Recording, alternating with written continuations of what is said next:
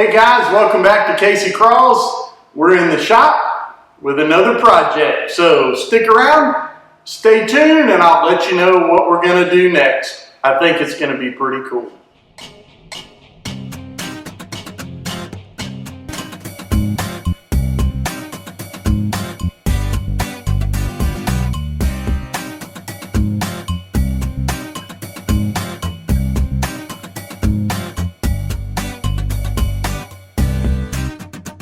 Have turned to the dark side. I have been a drag axle guy, tried and true forever. I got a 14 bolt.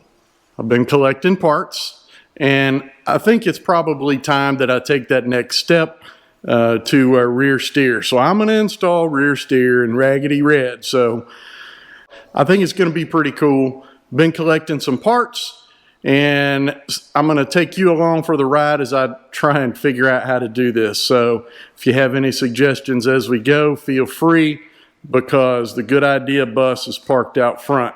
I don't have the market cornered on great ideas. Pretty decent at copying folks. So stick around, stay tuned, and hope you like the video. Should be a pretty interesting project.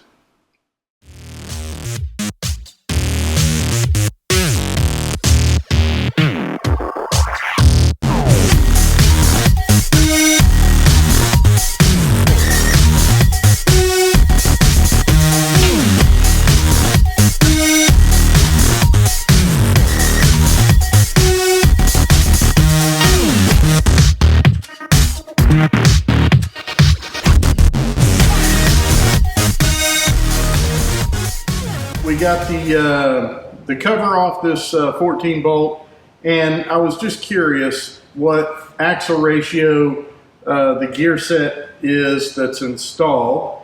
And if you turn it, you'll find some numbers, and it'll tell you 10 and 41. So there's 10 teeth on the pinion gear. There's 41 teeth on the ring gear. So 41 divided by 10, it's 4.1 or 4 to 1. It's a 4:10 ratio on this particular 14 bolt. Now, what are we going to? A 538. Raggedy Red has 538 gears, and what we're going to do is take the ring and pinion out of Raggedy Red once this axle is ready to go in, and we'll put that carrier and Detroit, with the Detroit locker in this axle housing, and that's what we'll have. But like I said, I was just curious. That's how you tell on the ring gear. You'll see typically the number of teeth on both the pinion and the ring gear. And then you can tell what axle ratio you've got. Of course, you've got to pull the housing off, or the cover off. So anyway, just thought that was interesting, and you might like to know.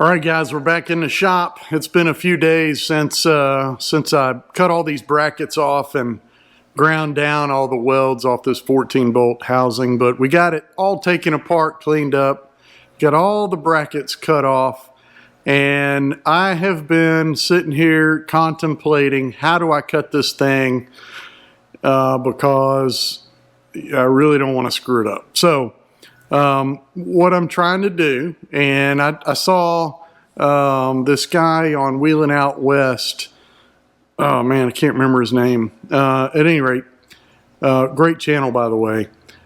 He put together a steering axle in the rear from a 14 bolt, and I believe the way he did it is he cut the tubes in such a way that the inner axle shafts are the same size, which to me is really smart because you only have to carry one spare and it'll go on either side. So let me show you what I got going on here. I'll turn you around. So from flange, or from the end to the other end, I believe has got to be 48 inches long. It's my Dana 60 on Raggedy Red is 49 inches long from the end of the axle tube to the other end of the axle tube. And to get it close, I'm going to do 48. So why am I doing 48? Because from here to this flange, which is the end of the tube, is 24 inches. So I got 24 inches of tube here. I need 24 here, but where do you measure from? That's been the big debate.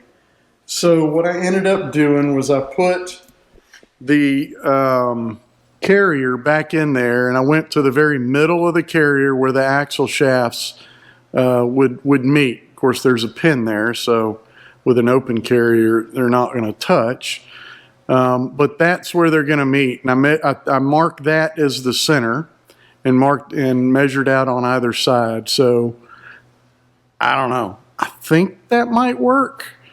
I'm going to start by cutting off this because I know that this is as long as I can go on this side. So it would never hurt to cut that off. So right now I'm going to get busy cutting that thing off, and we'll see what happens from there.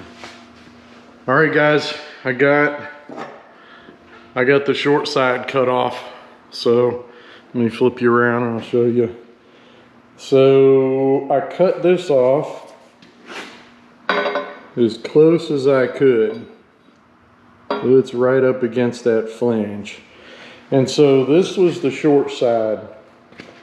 And that is 20, I gotta measure it again because it's supposed to be 24 inches, but I think it's gonna be 23 and I don't know, 3/4 maybe.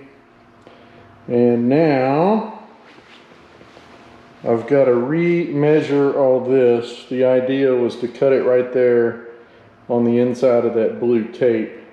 And I'm about to do that, but I want to make sure that I've got everything right. The measurements are right at the same size on either side. So I'm going to get to measuring, and hopefully I don't screw this thing up. And that is 24. Wow. I think that's going to be good.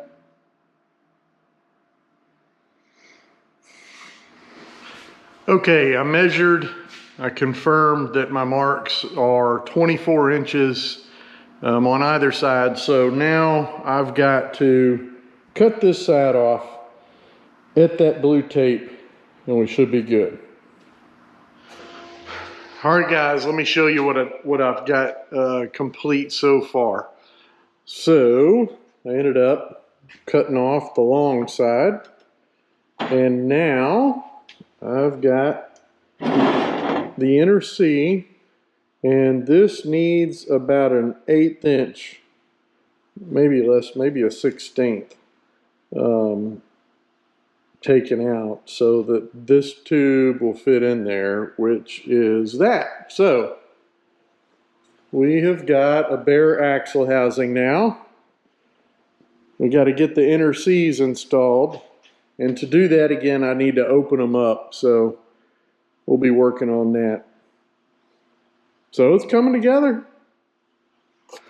Hey guys, so that's going to do it for today. We're going to go ahead and wrap it up and shut down the shop.